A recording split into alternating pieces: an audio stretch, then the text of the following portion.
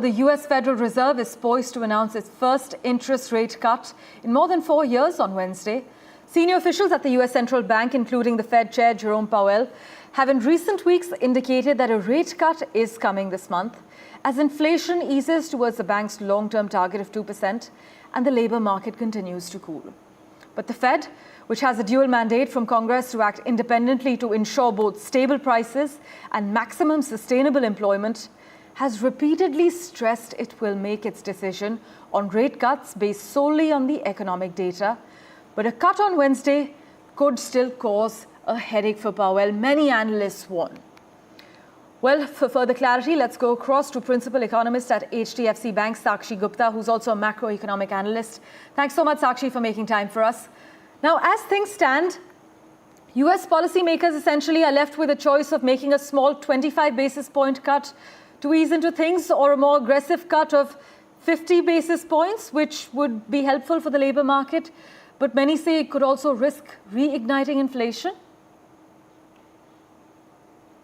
Good morning. So thank you for having me on the show. You are absolutely right. I think at this point, the debate really is whether the US Fed is going to cut rates by 25 basis points or whether they are going to look at a much larger cut of 50. My sense is that given the inflation data that has been coming out of the US, which continues to show that price pressures are moderating, and I think combined with the fact that, economic activity has been slowing down, but we are not seeing any red flags on the growth front. So there is really, no compelling case at the moment for the Fed to get too aggressive in terms of the quantum of rate cuts that it's going to deliver. So my sense would be that they are going to start this cycle gentle and slow, start with a 25 basis rate cut this week.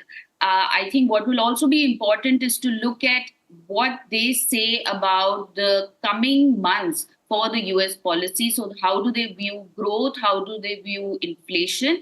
And what really is their forecast in terms of how many rate cuts they're going to do in this, in this rate cut cycle over the next 1 or 2 years. I think that, things are still very, very uncertain in terms of the data in the US, and things have been very, very volatile when we look at from 1 month to the other. So at this stage, I think it will be too premature for the Fed to go all out and deliver a very large rate cut. Well, the debate among policymakers until Wednesday, I guess, this week will likely center on whether to move by 25 or 50 basis points. We'll keep a close eye on how this unfolds. Thank you so much, Sakshi, for joining us with your insights.